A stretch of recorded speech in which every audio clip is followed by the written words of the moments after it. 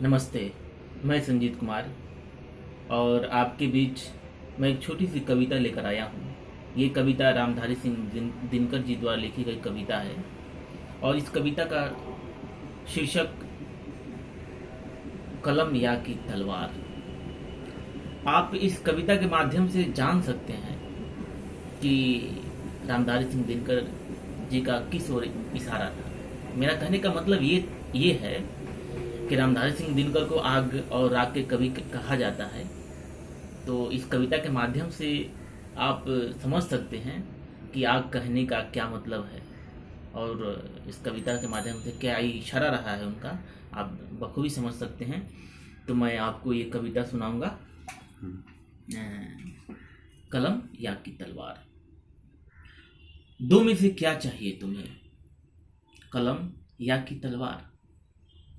मन में ऊंचे भाव के, तन में विजय शक्ति अपार। अंध कक्ष में बैठ लिखोगे ऊंचे मीठे गान, या तलवार पकड़ जीतोगे बाहर का मैदान। कलम देश की बड़ी शक्ति है, भाव जगाने वाली, दिल ही नहीं दिमागों में भी आग लगाने वाली। पैदा करती है कलम विचारों के जलते हुए अंगारे, और प्रज्वलित प्राण देश क्या कभी मरेगा माने।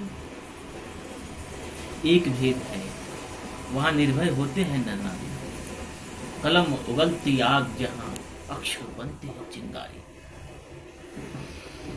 जहां मनुष्यों के भीतर हरदम जलते हैं शोले, जहां मनुष्यों के भीतर हरदम जलते हैं शोले, बादल में बिजली होती है होते दिमाग में गोली।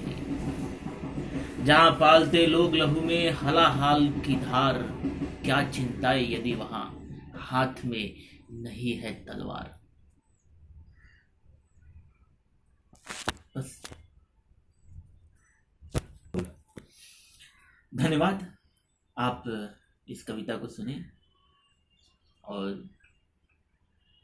देखे भी, इसके लिए मैं आपका बहुत ही आभारी हूँ। और मेरा संदेश यही रहेगा कि आप जहाँ कहीं से इस कविता को देख रहे हैं तो प्लीज़ कमेंट कीजिए, लाइक कीजिए और शेयर कीजिए। धन्यवाद।